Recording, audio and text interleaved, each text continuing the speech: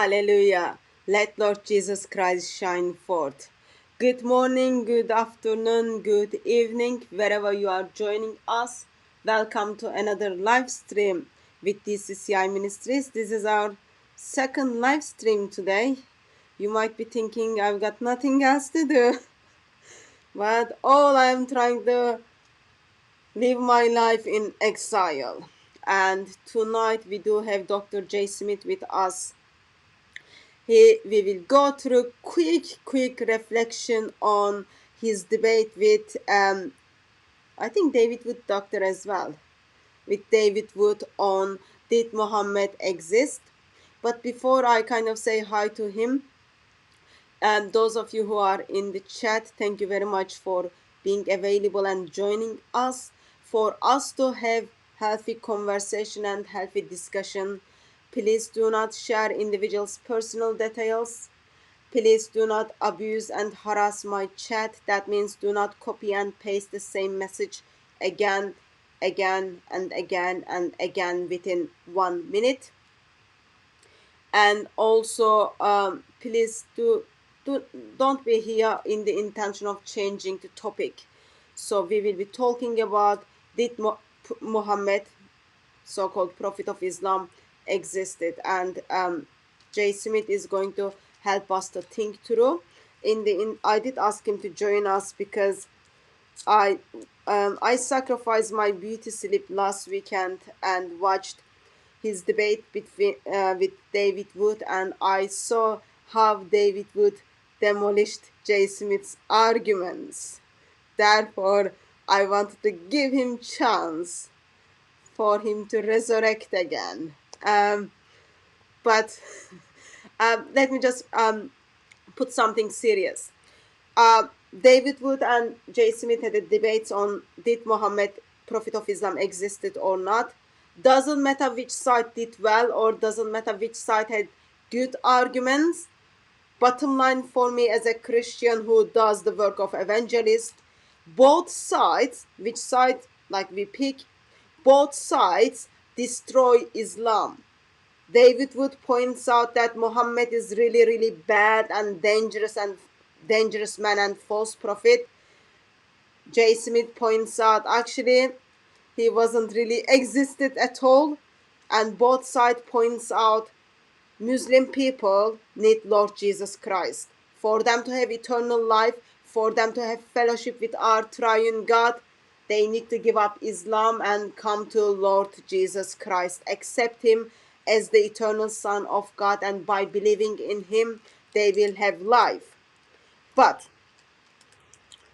since I did ask Jay Smith to come and resurrect his destruction, I don't know what would you say that to Jay. Peace of Christ be with you, brother. How are you? Really good. Thank you for having me on. Do you feel, Jay? Do you feel that David Wood destroyed you? I hope you say that tongue in cheek. Almost everybody on the comments is now basically said that David Wood was destroyed in that debate. And there's a reason why. I mean, we go through it and unpack it. Did people said that? Look at the That's comments. not good at all. I don't do comments, Jay. You need to see how people reacted to that debate. And really, what's going on here? Let me just unpack it for you, Hatun. I can see that you're disillusioned like David Wood because you absolutely have to have Muhammad in the 9th century because you. No. I watched the debate, Jay. I watched the debate, and I noticed that how it's been expressed that your argument has holes in it. All right, where are the holes? Tell me right now. Oh, well, I'll let you to make your case first. I want to hear your holes. Well, first of all, about the Haran. Haran is a huge hole when it comes to Mecca. But there are lots of other things. So for me, Let's just take it on board real quickly. For me, Hatun, bottom line what do you know is. about Haran, and what do you know about Edessa, and what do you know about Mecca? So for me, bottom line is. We will practice your arguments and we will practice David Wood's arguments as evangelist. And both sides just gives me material to destroy Islam so that Muslim people will come to Lord Jesus Christ. That's for me, bottom line is this. And I can see someone believes you defeated David Wood. That's already heartbreaking. You've got lots of fans in this chat, Jay. Okay, let me just go ahead and give you an overview of why we even did this debate. I think that to lead up to it, Yeah. this is material that I have been working on since 1995. So this is not new material for me. For 25 years, when I first started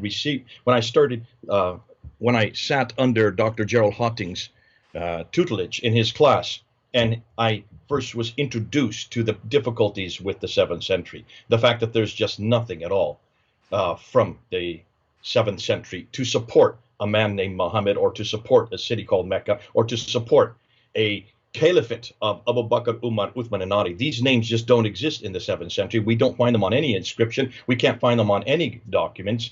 We can't find them in any reference material that we can date from that early. They only start to appear in the 8th, and then they come to fruition in the 9th, which is around 200 to 300 years later. So when I started hearing this in 1994, I remember taking this down to Speaker's Corner, Hatun, and introducing this at Speaker's Corner, and the enormous backlash I got then. So I'm used to this kind of backlash, and I'm used to most everybody that comes back and has thrown a argument against it was not the argument that David used. And this is what was puzzling to me. The argument that David used, the principle of embarrassment, is the same argument he used with our good friend Robert Spencer back in 2012. In fact, I was sitting there waiting for him to come up with something new. 8 years later, I thought maybe he had come on something new. And as I was there, I had an empty piece of paper next to me with my pen. You can see I'm waiting to write on it. I didn't write a word on it. Why? Because right next to that paper was another paper of the review of Robert Spencer's debate. And all David Wood did is resurrect his points from that debate 8 years ago. And he just went through category after category of what he thought were embarrassing, which is what he has been doing for 10 years. That's all David Wood does with Muhammad, is he throws out one embarrassing fact after another. It is his whole life is based on embarrassing Muhammad. As I realized, I said, this man has not really been keeping up with the latest information and does not know about the newest evidence. Now, remember, there is a much stronger debate than principle of embarrassment. See if you can think what it is. When he got up there and he started his debate by looking at the camera and saying, Muslims, I'm on your side. I'm actually debating for you. You should be supporting what I'm going to say. You know good and well he was saying that tongue in cheek. I almost burst out laughing when I heard him say that, because I assumed that he would be arguing for the Muslims. There is no Muslim in the world that would argue for principle of embarrassment, for one obvious reason. Not only do they not agree with it, they don't see these facts as embarrassing. The vast majority of Muslims that I've come across, of the 10 different categories that he used, only 2 of them could be embarrassing. The other 8 can all be explained, as Robert Spencer did so efficiently back in 2012. As I repeated, and I just used Robert Spencer's criteria. David didn't really engage with those 8. The other 3 that he talked about, being covered with sperm, sucking somebody's thumb, lick it, come and stop and think about it. Being covering with someone's sperm actually aggrandizes him. These actually are in the same category of showing the virility of the man. But as a Christian and as somebody from the 21st century looking at that, of course that's troubling. Of course that's embarrassing. Thank God we don't have these kind of stories for Jesus. But we do have stories for Jesus that are embarrassing. Look at the Gnostic counts. In fact, look at the infancy gospel of Thomas, written in 185 AD. Look at the Jesus that's in that account. That Jesus is full of embarrassment, and it's mostly about his childhood. He not only takes revenge on people, he blinds people, he cripples people, and he kills people. Now, that's the Gnostic view of Jesus. Those are about 200 years later. They're about the same time that Ibn Hisham is writing his account of Muhammad. So you want to do like with like, then I would suggest David go to the Gnostic accounts of Jesus and show how embarrassing those are. Why is it the church never accepted them? Why did they not accept them? The Gnostics accepted him. The Gnostics believed Jesus was this kind of character. Why did the church not accept it? Because they already knew who Jesus was from the first century. They already had count after count. They had two eyewitness accounts and two other accounts who got it from the eyewitnesses from the first century. Why in the world would they go to something 200 years later that shows all these embarrassing facts about Jesus? In the same token, if David is given evidence as he was on the day, I gave him 30 different arguments. I went 30 different slides. I had to do it in 20 minutes. So, of course, I could not unpack all of them. And he was not ready to defend or even confront any one of those. And he certainly was not ready to accept any one of those 30 pieces of evidence. Instead, he just went right back to his same mantra. It was a mantra. We heard the same thing in every one of the times that he went up to speak. He said it in his opening statement. He said it in his first rebuttal. He said it in his second rebuttal. And he repeated it in his conclusion. And all he could come up with argument or principle of embarrassment. To me, that is not worthy of a debate. And that's not worthy of an opponent that's trying to shut down Muhammad. And I would suggest that David do his homework a little bit better next time, because you cannot keep the same arguments for 8 years and hope that people are going to believe it. And that's Okay, why so I think we need to be careful. The material that we are now coming up with, and listen, the guys that I want to give a shout out to, people like Mel from Sneakers Corner, people like Bala, and also Murad, who is from the Middle East, who's actually reading the original documents in both Aramaic and in Arabic. We've got to give these guys credit. People like Joe, I can't tell you where he's from. This is the new generation of historians that are coming up, and they are looking at the material, not from the 8th and 9th, they are looking at material from the 7th century, and what they're coming up with is not only mind-boggling, but also makes sense politically. It also makes sense from the time of what was happening in the 7th century. So that's why I would suggest either David get and understand and learn this new material, and I would say the same thing for the rest of you. Look and see what we're coming up with. This is the first debate where we've actually put it out in a public context. We've been putting up videos after videos, but this is the first time we put it up in a public context. Now, I'm going to stop there, but I want us to come back on me and tell me what is the argument okay, he should have used, the okay, argument he did not use, the much more damaging argument that he didn't even mention on the day. There is an argument that the Muslims are putting out there, and the Muslims have been doing this since 1995. When I had my first debate with Dr. Jamal Badawi, his response to all this new material was absolutely devastating at that time. Why did not David use it? okay. Let me just clarify something that none of us gets any confused. So this debate took place between two beloved ones, okay, and in both occasions it's absolutely fine, because arguments David would put forward, we can use those arguments with our Muslim friends in the intention of destroying Islam and helping Muslims to become a Christian. And same the arguments Jay brought forth. So I don't think I am in a place to say maybe arguments needs to be updated or anything. All I just wanted to hear from you, Jay, summary of, because people thought actually you did very well, and I just wanted to have you again give us some reflections, as well as summarize once again for us, so that, because we need repetitions. Once we listen again, once we listen again, once we listen again, we will learn better and then put that in practice with our evangelism. That is the kind of purpose of all. So I don't want anyone to kind of come to the conclusion with thinking like, seriously, two brothers destroyed one another. No, point was two brothers stood up and they destroyed Muhammad kind of publicly. That's kind of point overall. Yes, Well, Jay. I'm still waiting though, Hatun, for the argument he should have used. Can you Um, tell me what's the argument he should have used? I don't know, Jay. The argument he should have used is argument from silence. This is the argument every Muslim will use, and we've got to discuss this. We've got to unpack this, because the argument from silence is by far the most efficient argument that all Muslims have been using since I introduced it back in that debate at Cambridge University in 1995. And David didn't mention it once. And yet we're going to be amiss if we don't tackle that argument, because that is much more difficult to tackle. And it is the one that has been hounding me for 25 years. The argument principle of embarrassment is nothing more than saying, let me continue with my ministry, let me continue to knock Muhammad down. It's not a valid argument, because not only is it a late argument, but because much of the material that he used as examples are not really embarrassing. They are not embarrassing, not to a Muslim from the 9th century, not to a person from that part of the world at that time. They are only embarrassing for those of us who are Christian, who do see these as something that is not respectable and not worthy of a man of God, to say nothing of the prophet of God, to say nothing the seal of all prophets. But the argument from silence, I think, is the most difficult one for us to answer. And I think this is the one that we really need to tackle, Hatun. And let me do that right now, because I'll show you how you can flip that on its head. When I did this debate in 1995, there at Cambridge University, Jamal Badawi was not prepared, just like David was not prepared for these. And I only gave 10 historical problems, all of them which I got from Dr. Patricia Krona. I'd been in her office that week before. I had gone through these. She said, use this, don't use this. Here's a better way to say it. Here's some better sources. And she basically gave me the 10 points that I introduced there in 1995. Jamal Badawi had not heard even one of them. And yet he is the world authority on the Quran at that time in the English language in 1995. The fact that he could not respond to it, the only response he could say is, Jay, who cares?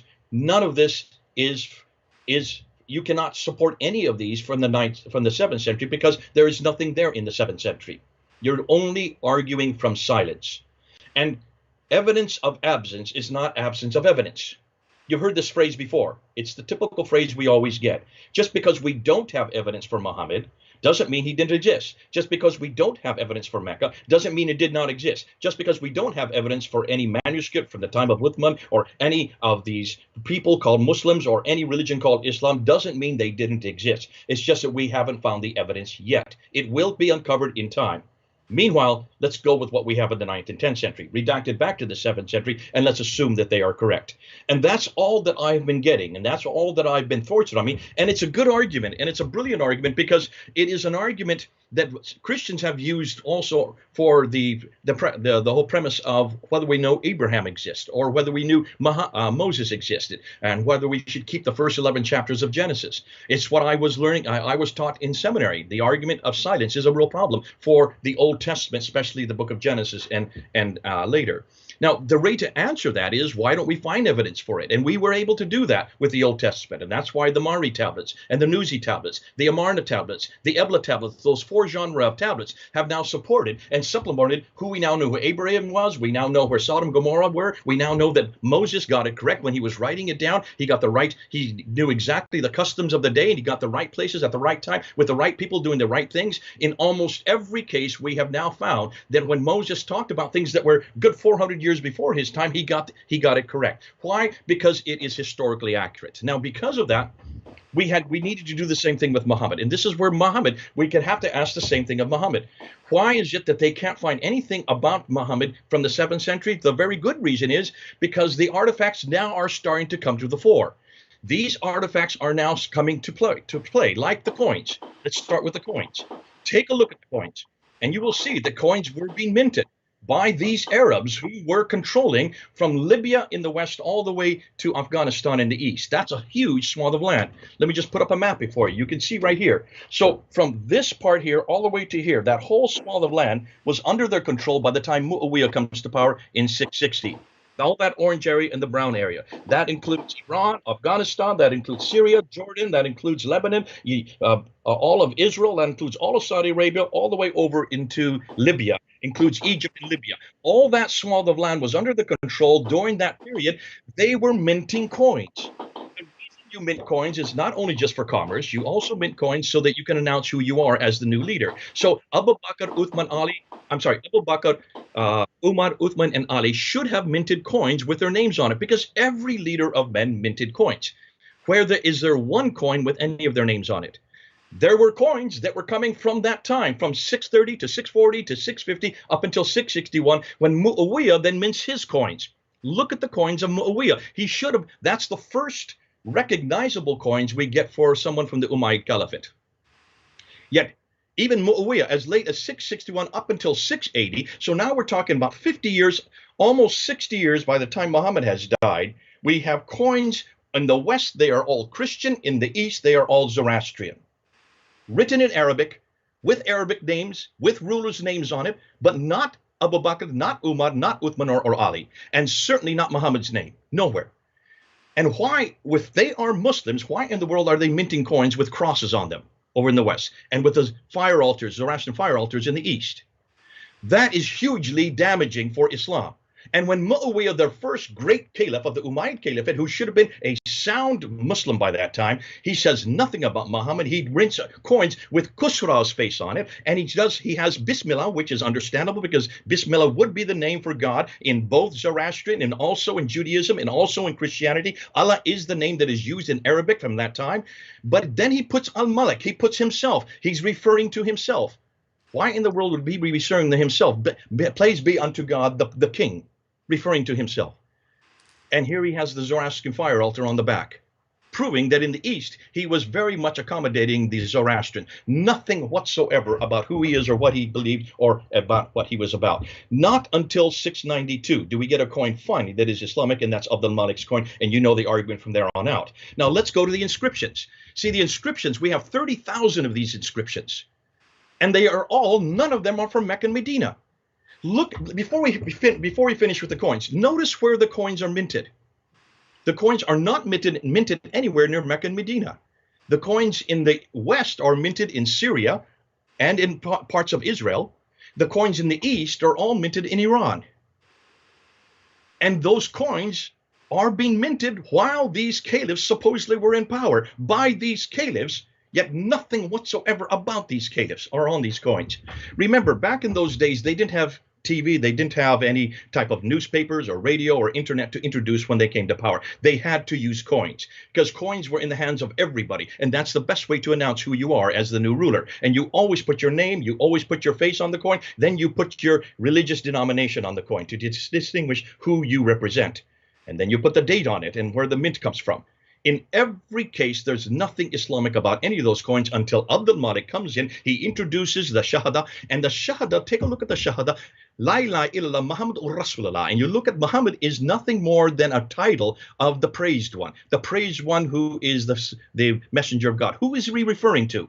This is where Murad has been so helpful. Murad, who has now unpacked the 4 references to Muhammad in the Quran, in every case they are referring to the praised one, either Jesus Christ, or on the coins, it could be Abdul Malik himself. He's talking about himself as the praised one, who is the emissary, the king, like what Muawiyah did earlier as the Malik. He would be the king of God. These are the representative of God, and they're aggrandizing themselves. They see themselves in a messianic character, and this is why they're putting their name. That's why they're putting their references, and that's why they're saying praise be unto God, because they are the ones that are representing God.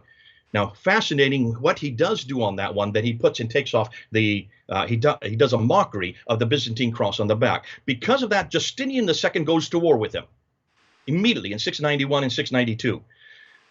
Abdul Malik then introduces a brand new coin in 693. And on that coin, he has his own image on it with the sword there. He's now basically saying, I'm going to take you on. And there he puts the Bismillah, but then on the backside, he mocks the cross, the Byzantine cross. By 698, he then takes the image off, and he only includes reference after reference after reference attacking the person of Jesus Christ. Why? Because he is attacking Byzantine Christianity. At the same time, he builds the Dome of the Rock. All the inscriptions on the Dome of the Rock, the only ones that still last today, they are all attacking the divinity of Jesus, they're attacking the Trinity, and they're attacking Jesus' sonship. This is put there right in Jerusalem, looking down over on the Church of the Sepulchre as a one-upmanship, saying we are now the ones who are attacking everything that you continue to be holy. This is the first time that we see an attack against Byzantine Christianity. Byzantine Christianity had its pilgrimage to the Church of the Sepulchre there in Jerusalem. That's why the Dome of the Rock was built in Jerusalem. And look and see where it's heading. Look and see where it's placed towards. It is directed straight towards Petra, not Mecca.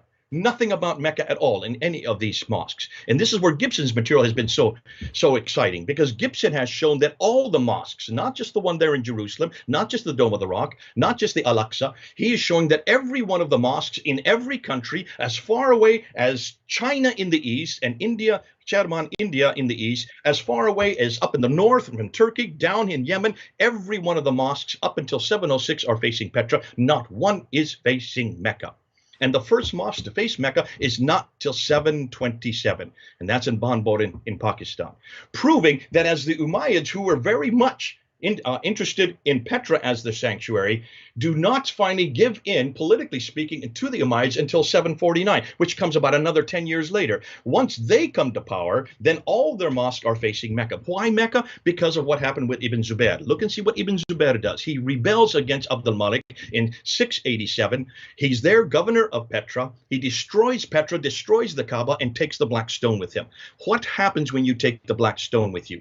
The black stone is where God's presence is. It has always been where God's presence is. The black stone we can now trace back all the way to the 2nd century BC. Once you take the black stone out of Petra and you flee to the south, you need allies. You ally yourself with the Abbasids who are up in Baghdad. Then the pilgrims follow where the black stone goes. Was not intentional that they created Mecca. They had to create Mecca because of the fact that the pilgrims were all coming to them. So what do? They recreate everything that was in Petra, they recreate in Mecca, but they don't use the same dimensions. And that's what's doing their undoing. And that's why Gibson has done such a great job showing that in Petra, all the material that you see in Petra, the 5 stages of the Hajj, take a look. They all fit to the dimensions that we see in Azraqi's material from the traditions. Azraqi showed the dimensions of the Kaaba. That you find in Petra. You don't find those dimensions in Mecca. Azraqi also talked about the 2 mountains of the Safa and Marwa that you run back and forth 7 times, mimicking what Hagar did to find water for Ishmael. That exactly can be found in Petra. They are mountains. Look in Mecca. They're just pieces of rock, facsimiles, 15 feet high. Those are not mountains. So in everything we're looking at, we're seeing that there is a predate, there is a precedent to almost everything Islam is talking about. The precedent comes from much further north. Everything we have seen. Look at the Qiblas. Look at the Qira'ats.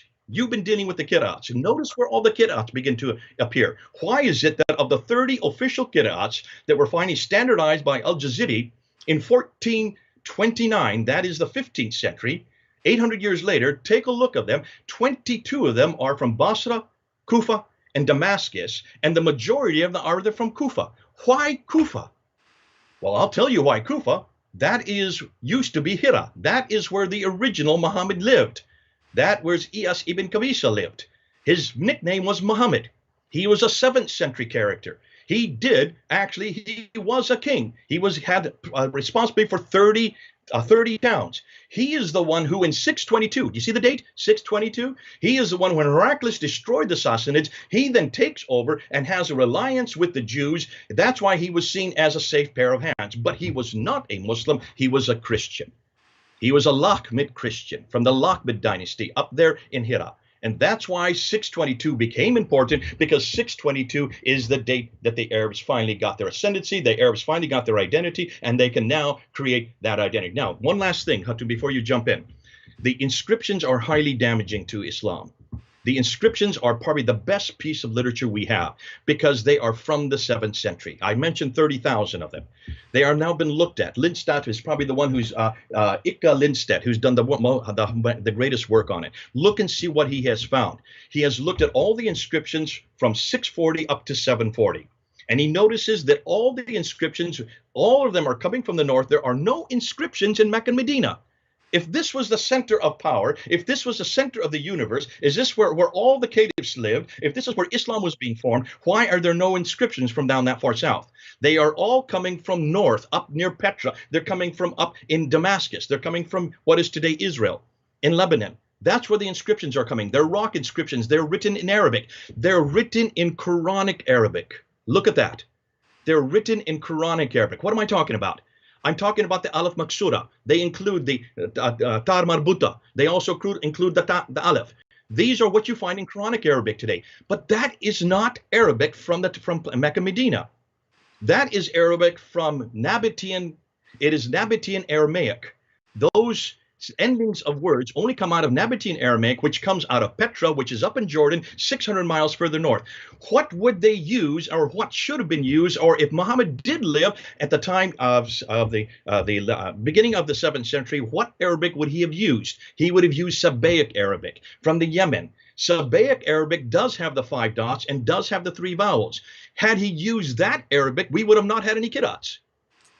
Your whole argument would not have even been any, your whole argument with your Kiddush and your holes in your narrative would not even, would be superfluous, because they would have not had any of these differences. They would have not had any problems with where you put the dots or you put the vowels, because they would have been written with the dots and vowels already in place, proving that the Quran was not written in Mecca, Medina. It was written up near Petra.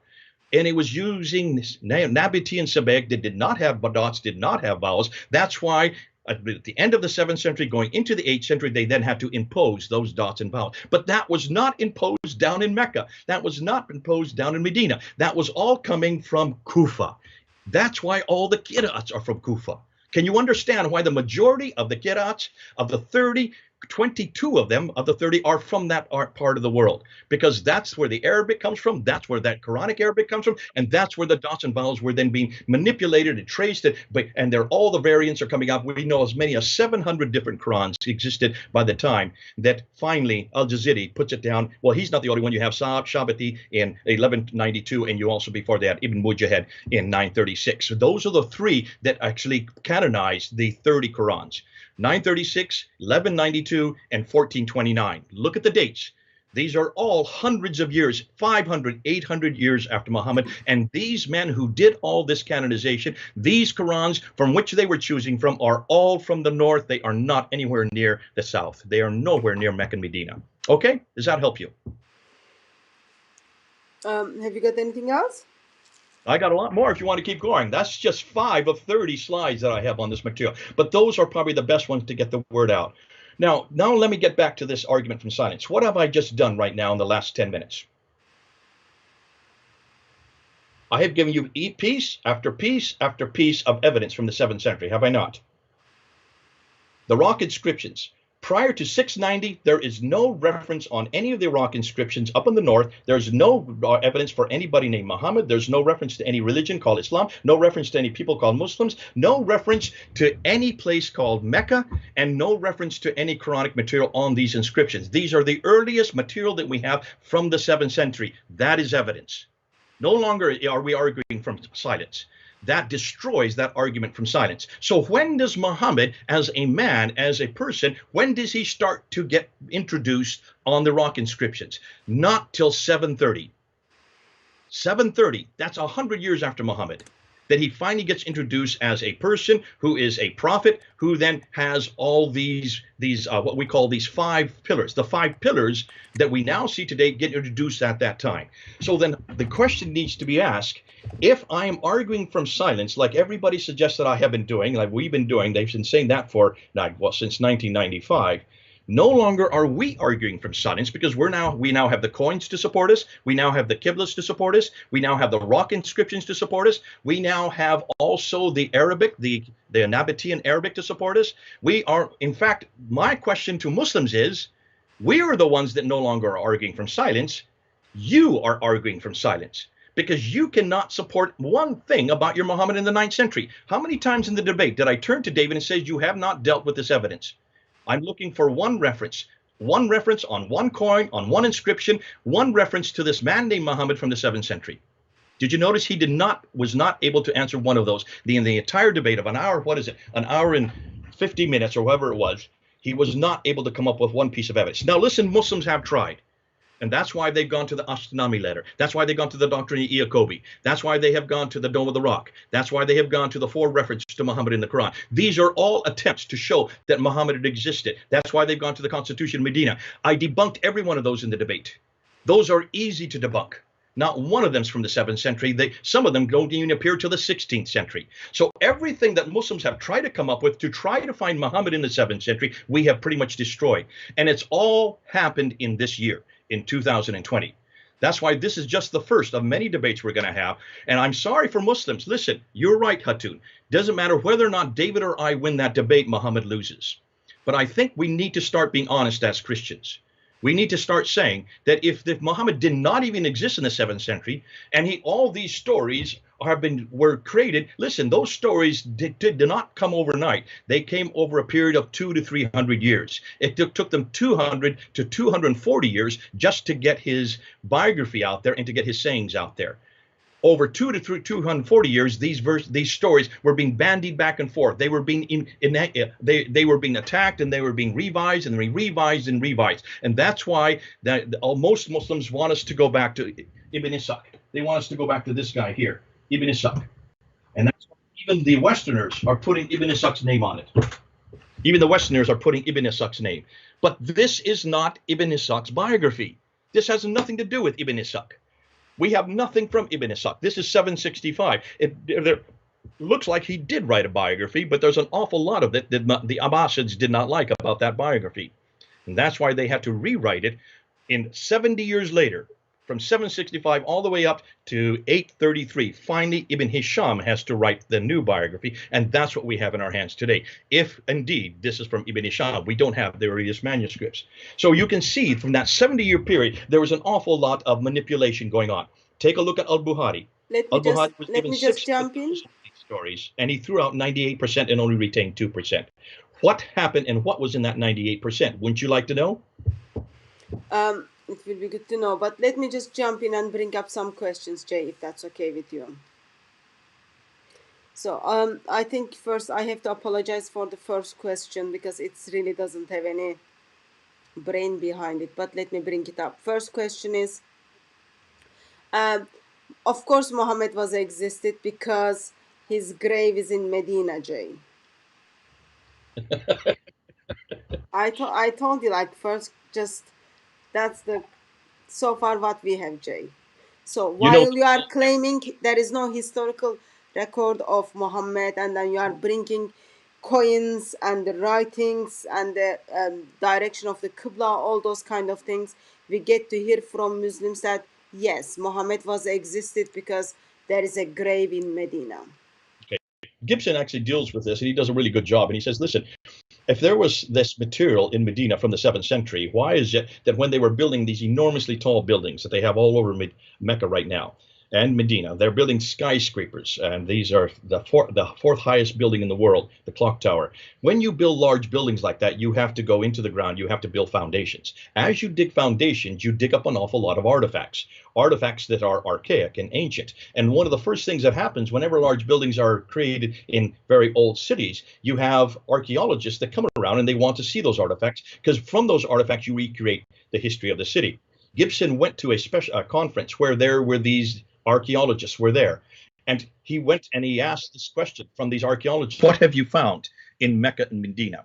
Their response is, we have not found a thing except for one fort in Mecca, a Turkish fort from the Ottoman Empire from after 1300 AD. They can't find anything earlier than that. So when a Muslim comes to me and says, of course he existed because we have his tomb in Medina, I'd like for him to prove to me forensically that that tomb goes back to the 7th century. Okay, next question is, Jay. I've lost you. Can you hear me? Hold on a minute. You should be able to hear me, because I know you pressed something wrong middle of your thing, but we were able to hear you. Can you hear me? I can't hear you. Okay. Sorry. The reason Jay can't hear us because something's happened to. Because Jay, while he was speaking, he pressed something and then sound changed. Jay, can you hear me? I can hear you. Can you hear me? Okay. Yeah. Okay. So you are back. Okay. I'm back again. Okay. Next question is, what was at Mecca before the time of Abbasid? The Abbasids. This is the $1 million question that we would like to find out. We can't find anything from Mecca, like I said earlier. We don't find any reference of anything that's prior to the Abbasid period. And I think the reason why is because this is what Patricia Crone brought out in her book, Meccan Trade and the Rise of Islam in 1987, which she got a death threat for writing it. And now this woman decided to ask this same question: what do we know about Mecca from the Abbasid period or earlier? And she found out that there was no reference of anything, no reference of on any coins, on any artifacts, on any inscriptions, on any documentation for Mecca until 741. 741 is just 8 years before the Abbasids come to power. And that reference to Mecca, as we just pointed out, and as I said in the debate on Saturday, that reference puts Mecca way up in southern Turkey, just below Edessa and above Haran. And that's the inscription is written in 741, but it's never considered to be the Mecca that we're Sorry, looking at today. It's Jay, just the Jay, name Jay, Mecca. Jay. Sorry. Um, someone is calling me through Skype. Dear Mr. Mohammed, you called yesterday and then I said the same thing. If I am talking someone on the live stream when you call, it just change my screen. Please don't do that again. Call on Friday. Jay, would you mind being kind and repeat that for me because I missed listening it. Sorry. Yeah, the first reference, if Mecca was such an important city, if it's where Adam and Eve went to when they were thrown out of the Garden of Eden, if in chapter 7 of the Quran, if it's where Abraham lived in chapter 21 of the Quran and rebuilt the Kaaba, then I would suggest it should be probably the most famous city in the history of mankind. So Patricia Corona, in her book in 1987, did a historical analysis of the city of Mecca, and she couldn't find any reference on any of the artifacts, on any of the trading documents. Now remember, Dr. Patricia Corona reads and writes 15 archaic languages. She reads all the languages that existed at that time from the 2nd, 3rd, 4th, 5th, 6th, 6th, all the way up into the 7th century. She couldn't find any reference to a city called Mecca in any documentation whatsoever. Not until the Continuato Byzantia Arabica, which was written in 741 in the 8th century, just before the Abbasids come to power. That's the first reference she could find to the name Mecca itself. However, she didn't read the entire inscription. If you read the entire inscription, that Mecca, the city called Mecca, is just south of Edessa and above Haran in southern Turkey. What is southern Turkey today? But it was never considered to be a sanctuary. It was not Islamic. It was nothing more than the birthplace of where Abraham comes from.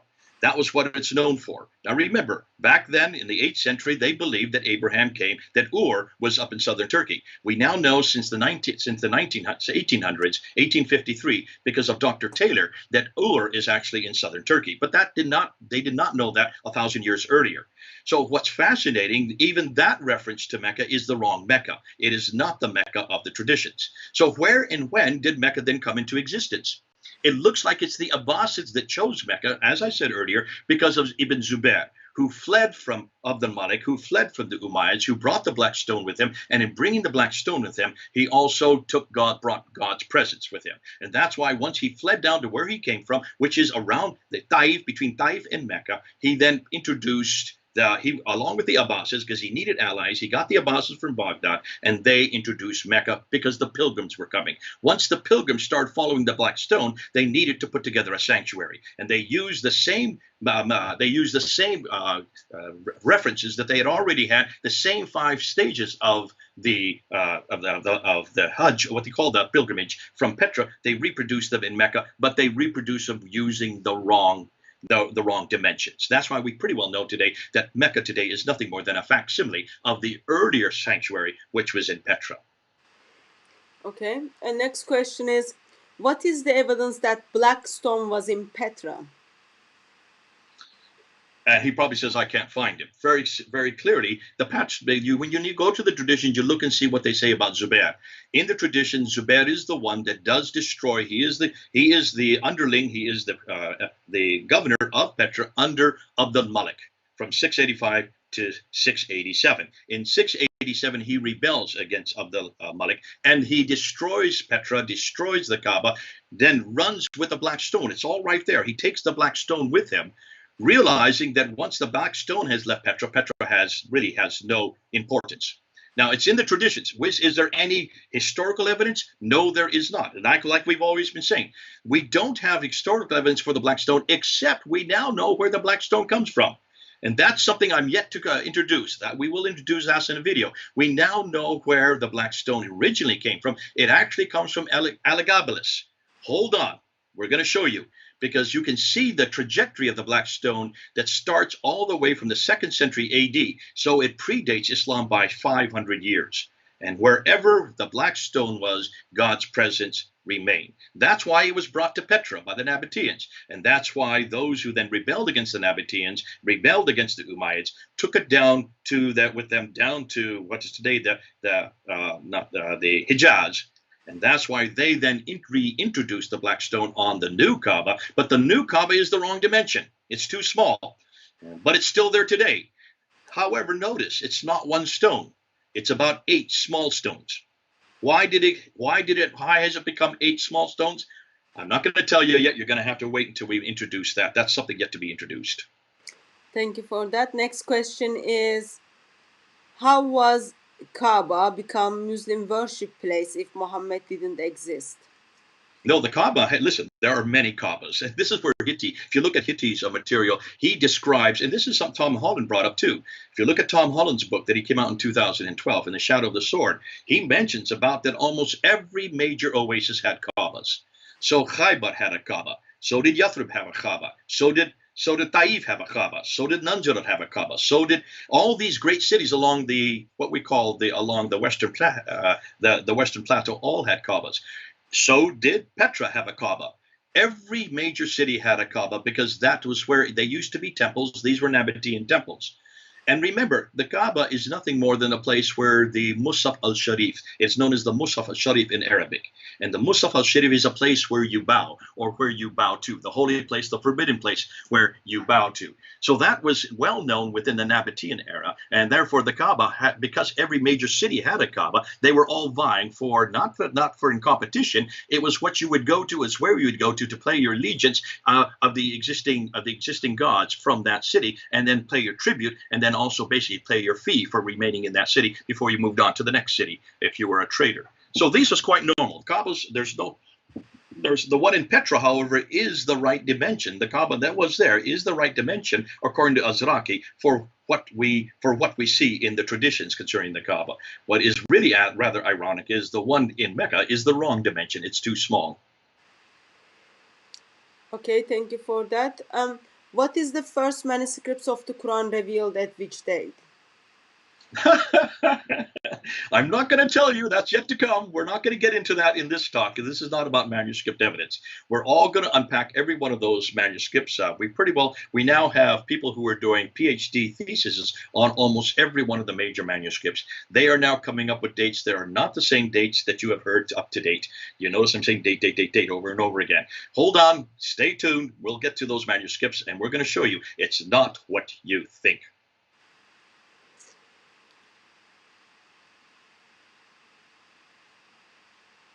You're out of words. No more questions.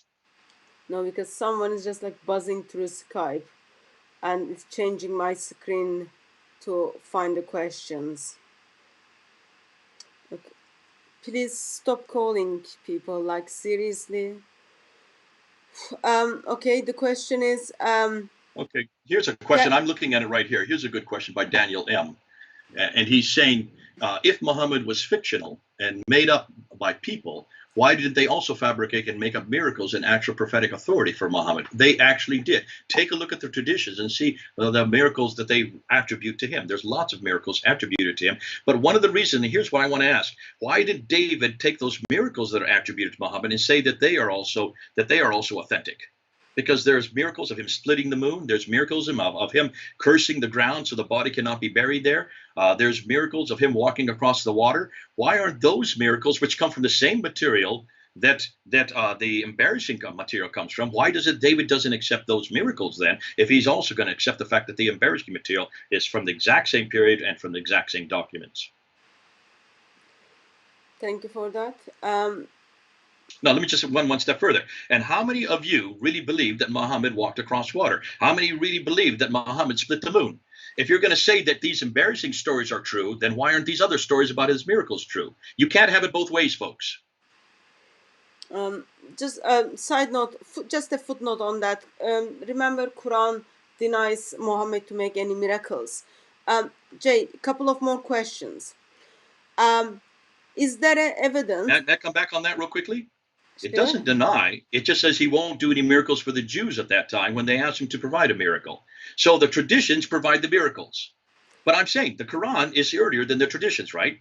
So don't use the Quran as a pretext, because I would suggest, yes, that why don't they use the Quran and why don't they show? Because there's not much embarrassing of him in the Quran. Almost all the embarrassing material which you guys are using comes from the traditions which come another 100 to 150 years after the Quran. Is there evidence that Muhammad or the Quran is made up in the Umayyad period? Okay, good case in point. What do we know about the Umayyad period? Do you know what? Do you have any evidence from the Umayyad period, Hatun? I cannot see the. Can you please stop calling from Skype, Mr. Mohammed, and I think another he's doing. Mr. Listen, something? I think he's doing that purposely to try to shut down this Yeah, but like discussion. it's just like changing my screen, and it just. Okay, let's you and I talk then. Hatun, I've got it over here on mine. I can see what people are asking. Let's just you and I talk. If this is so just go back and ask me. If this is so that the Umayyads had an awful lot of material, what material do we have from the Umayyad period? Almost nothing. Isn't that interesting? Everything we have, everything you're dependent on, everything David and everybody else is dependent on is from the Abbasid period. It only begins to be introduced in 833, 840, 833, 835, 870, 875, up until 923. That's the 9th and 10th century. So the question remains, why is it that when we are so surprised when al-Buhari is given 600,000 of these akhbar, which I would suggest are Umayyad, and he takes and he destroys 98% and only retains 7,397. The other 98% that he did not accept, I would suggest, is from the Umayyad period. We don't have that today for one very good reason, because it's been destroyed by the Abbasids, who have a completely different narrative. And their narrative did not agree with the Umayyads, and that's why what we are now finding with the coins and with the inscriptions and also with the Qiblas, that is from the Umayyad period. That is from the 7th century. Can you then understand why we're making our point? Basically, we're saying we need to go back. Why is it we don't have any reference to Ilyas ibn Qabisa, except al-Buhari does refer to him. He calls him Qabisha. That's the man we should have been looking for.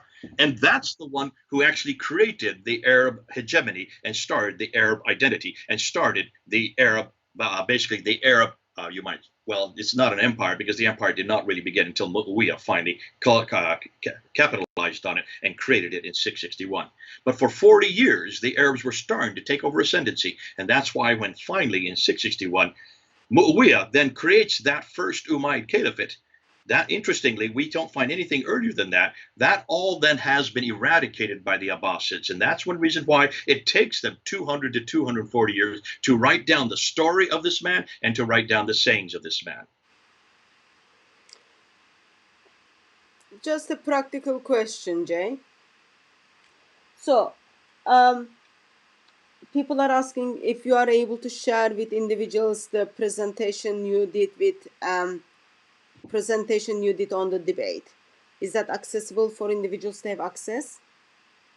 They do, but the difficulty is how to get it to them, because I do not want to put my email out there for them to, otherwise I'll get inundated. As you well know, once you put your personal email out there, it gets inundated. Let me just say this, however. We are about to go from public with the Fander website. On the Fander website, I will put up all 30 of the slides that I used in the debate, and we will continue to embellish them because there's many new slides. Every one of those slides, every one of those pictures that I put up in the debate takes about 15 minutes to unpack. They are summaries of the entire argument. So every slide is a cheat sheet. That's what we call a cheat sheet. All the information you need is in every one of those slides for every one of the 30 arguments. That we will put up on Fander. It'll take about 2 or 3 more weeks yet before we have it. And I want people to use it. Feel free to undownload any of that. Once you can download it, laminate it, and then start introducing it with your Muslim friends. They need to see it. Others need to see it, because we need to shut down this idea that there was ever a Muhammad, or there ever was a Quran, or there ever was an Islam, or there ever was a place called Mecca in the 7th century. That did not exist. Not that early and not that far south.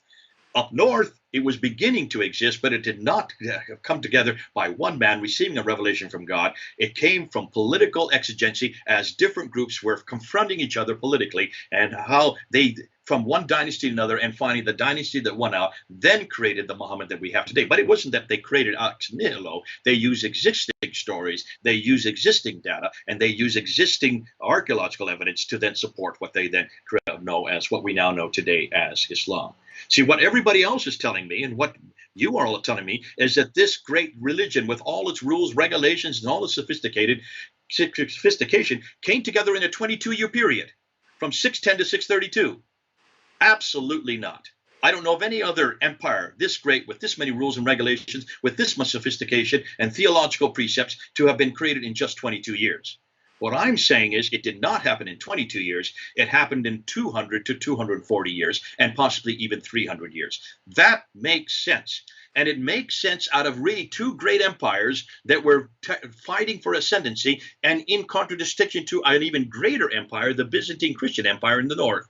And that's why almost all the debates, all the theology is against the Christian Byzantine, because they are their greatest threat. That would make sense in the political environment that we now see Islam emerging. But it would not make sense between 610 and 632, when this city didn't exist, when this man didn't exist, when none of these theological debates would have even existed. There were no Jews living in the Hijaz. Not at all. We don't find any reference to Jews living in Mecca and Medina. So how could there be any reference after reference against Judaism and against Christianity? The Quran is full of references against these two religions, unless, of course, the Quran was written much later. Up in Kufa, much further north, where you have the seminaries, where you have both the Christian and the Jewish seminaries there in Kufa. Now it makes sense why the Quran is so anti-Christian and so anti-Jewish. Jay, when is the date that your website is going to go live? I can't give you that. I don't dare to give that. Please don't write it down, because then I'll have to be held accountable to it. And I get all kinds of people yelling and screaming, "You said this on her show, therefore we want to see it." It'll be fander.org. I think either fander.org.uk or fander.com. We have been given rights to it. I have a man working on it right now. It all depends on when he can get it up and running. Okay, so we will keep eye on it once you publish those materials, so we get access and use them. Hatun, let me just say one thing real quickly here.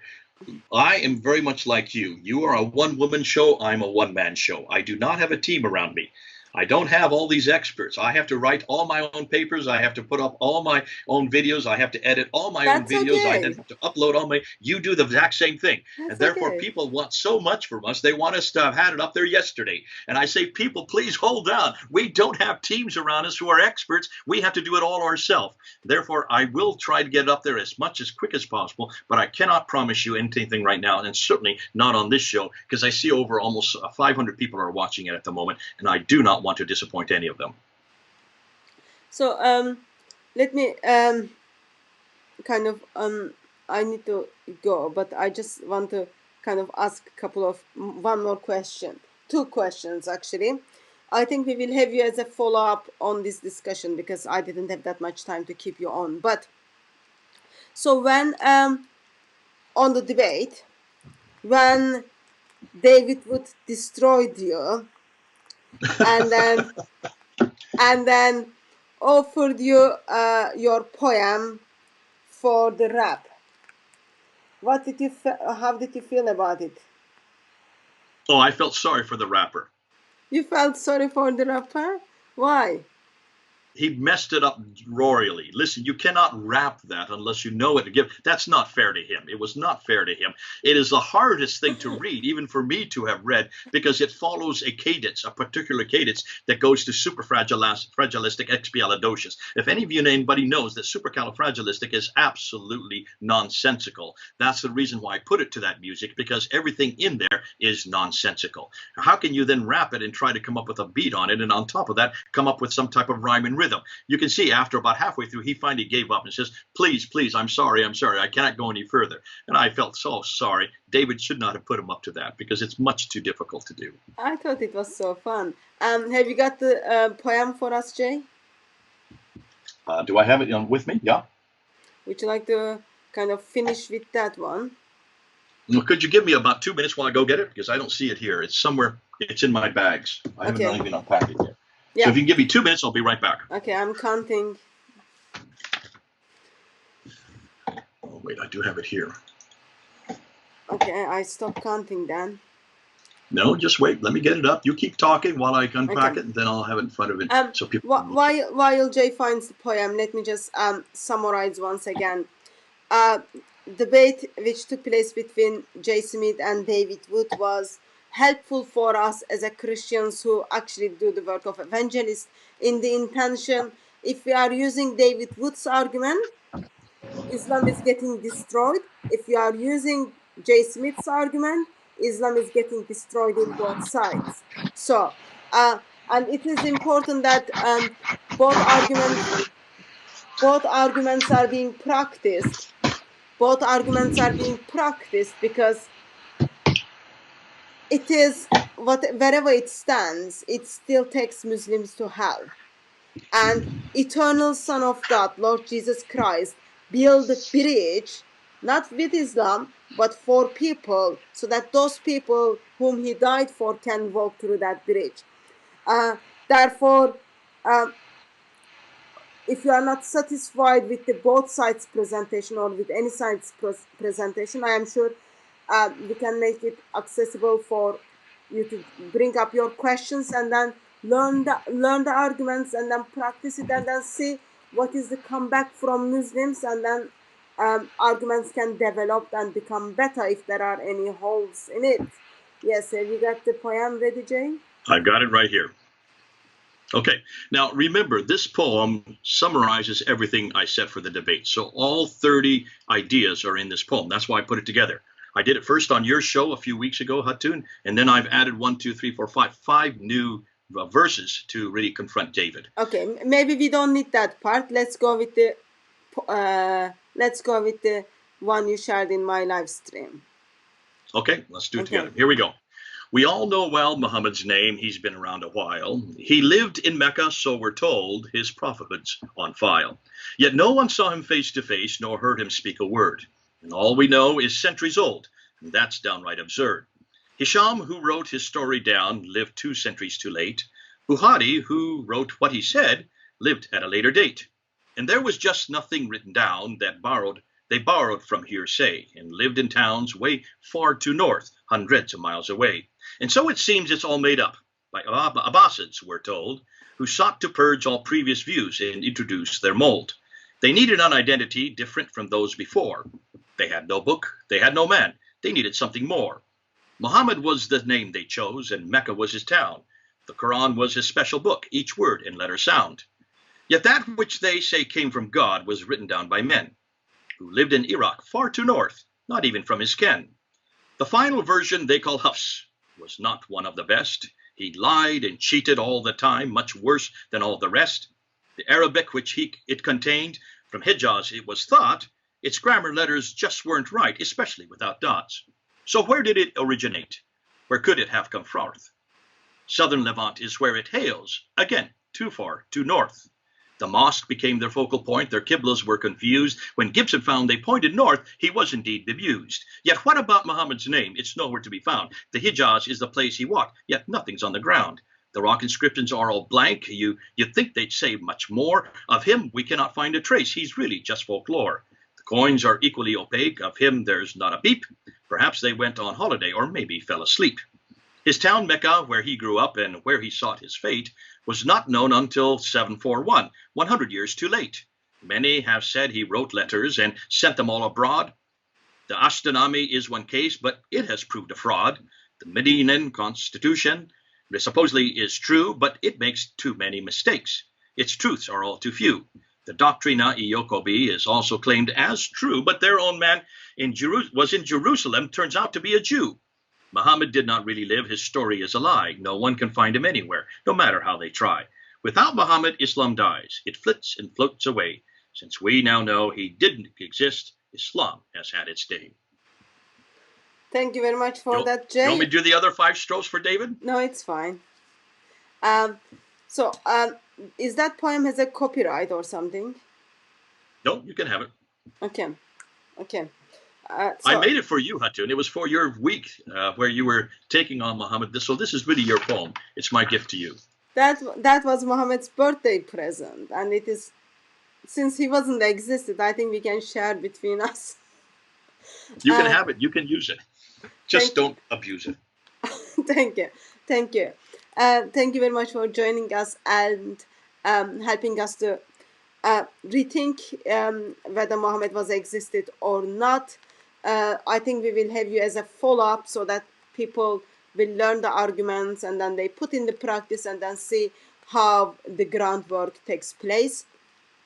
And also, Hatun, can I just say one thing real quickly? Yeah. For those of you, please go on Mel Sneakers Corner. Go to Sneakers Corner YouTube site. Look and see what he and Murad and Bala, and also Joe. Those four guys. Look what they're coming up with. They're now putting forth and are putting down 20 years of research. This is not something that's overnight. This is all well researched, and everything they are saying, they support and they source in history. Okay, John, I want to give that shout out for them because they are amazing guys, and I'm working with them, and I feel privileged to be on their team. Good. And it is amazing that in the body of Christ, we all have different gifts, and good thing is we want to be faithful and use the gifts Lord is giving to us. And beloved ones, thank you very much for joining us on the late live stream. May crucified and risen Lord silent you with his love. And dear Muslim friends, rethink who you worship, who you follow, who you want to obey. And our prayers is that you will worship not Muhammad, you not obey not Muhammad, but come to eternal Son of God, Lord Jesus Christ, because by believing in him, only you will have eternal life. God bless you all, and we will see you tomorrow. Jay, thank you very much for joining us. Thank you.